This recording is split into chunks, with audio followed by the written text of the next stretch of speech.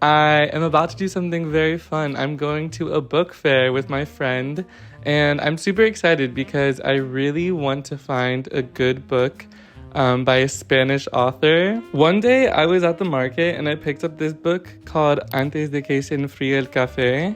And it's originally in Japanese, and then I was at the supermarket and I saw it in Spanish. And I thought that would be a really good way to practice my Spanish just by reading this book. I will say, I think I am more focused on just understanding what's happening rather than really appreciating the tone or the writing style of the author. But I really do want to find a book by a Spanish author. If you have any recommendations, let me know.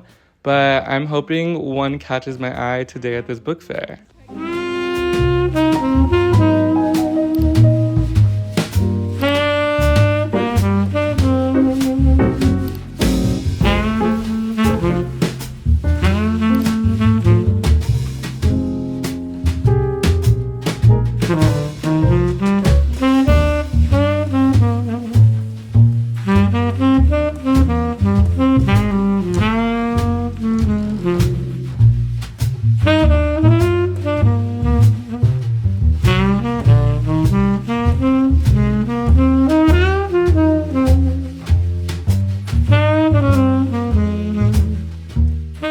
The book fair today was so beautiful and it was so inspiring to just see all of the works by Spanish authors. I flirted with a couple of books, but unfortunately I did not buy anything. Some books that really caught my eye were Cuanta más gente se muere, más ganas de vivir tengo, which translates to however many more people die, the more I feel like living. That title just catches your attention. And the back was talking about how it's an autobiography of sorts. It kind of inspires you to live your life more fully because you kind of see how precious life is. The next one that caught my eye was Comerás Flores, which translates to You Will Eat Flowers.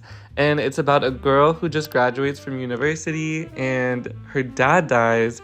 And then she meets this man, Jaime, who's 20 years older than her, and they form a relationship of sorts.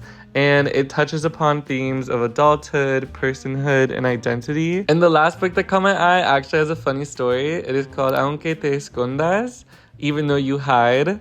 And I was just looking at the books at the book fair, and these two ladies were like, do you like thrillers? And I was like, I dibble dabble in thrillers. And then they told me that they were actually the two authors of this book. It seemed really interesting because it touches upon like love, greed, solitude, murder, like death, crime, like it just touches upon everything. Maybe if I had more time or more space in my apartment, I would read them, but I already have some books on my physical shelf that I still need to read, and a lot of books in my Goodreads TBR list that I really am excited to read. But if you do have any recommendations of Spanish books that you absolutely love, please let me know because I'm very interested in reading one. I'm literally like itching and scratching just because I now have this like renewed excitement to just find a really good Spanish book and read it.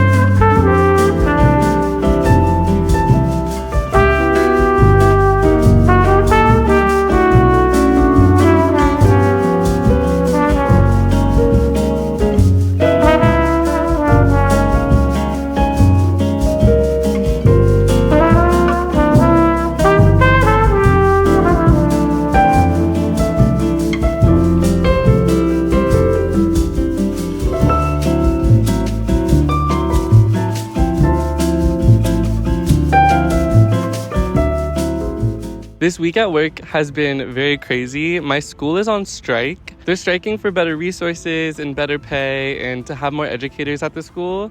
So this whole week they're on strike and there's only like 5 teachers at the school because the rest of them are at home.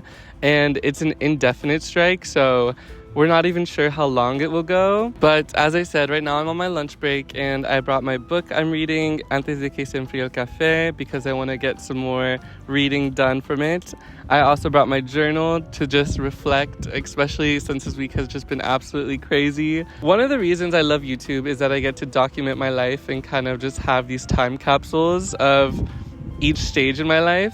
And one thing I want to do is speak in Spanish now so I can kind of capture my level of Spanish at this present moment. Una de las razones más prominentes de por qué decidí mudarme a España era para mejorar mi español, porque en la universidad y en el colegio estudié español y creo que alcancé un nivel bastante bien, pero después de graduarme no tenía como un método para practicar más y por eso estaba olvidando mi español poco a poco y decidí mudarme a España para que pueda mejorar mi español y también vivir en otro ambiente más relajado y experimentar otro estilo de vida. Pero quiero hablar un poco sobre las maneras que estoy mejorando mi español. No soy perfecto a hablar en español, pero creo que estoy a un nivel mucho más mejor que cuando llegué a España. Estoy aprendiendo español a través de los libros. Por ejemplo, estoy leyendo este libro. También miro un montón de videos en español. Creo que ahora estoy al punto donde entiendo la mayoría de lo que dicen los youtubers cuando estoy mirando sus videos, pero siempre miro los videos con subtítulos porque me ayuda, porque a veces tienen acentos muy fuertes y es muy difícil entender lo que dicen y por eso los subtítulos me ayudan a entender y averiguar qué están diciendo. Intento mirar series en español, pero la verdad es que no he encontrado una serie que me ha capturado la atención. Una vez a la semana tomo café con una de mis compañeras del colegio y vamos a un café y tomamos un cafecito y hablamos en español y inglés porque ella quiere mejorar su inglés y yo mi español. Obviamente estoy hablando un montón en público con la gente en mi día a día, como en las tiendas, los restaurantes, en las urgencias y los hospitales. Tengo que buscar una palabra o algunas palabras antes de entro en una situación, como por ejemplo los médicos. Siempre estoy buscando cómo decir mis síntomas y cosas así. Y por eso estoy mejorando y aprendiendo palabras nuevas. Voy a volver a los Estados Unidos en junio, el 10 de junio. Y estoy emocionado, pero al mismo tiempo estoy nervioso. Principalmente creo que no voy a tener las mismas oportunidades de mejorar y practicar mi español. Estoy pensando en quizás inscribiéndome en una clase en línea de español o algo así. Okay, I'm gonna stop speaking in Spanish.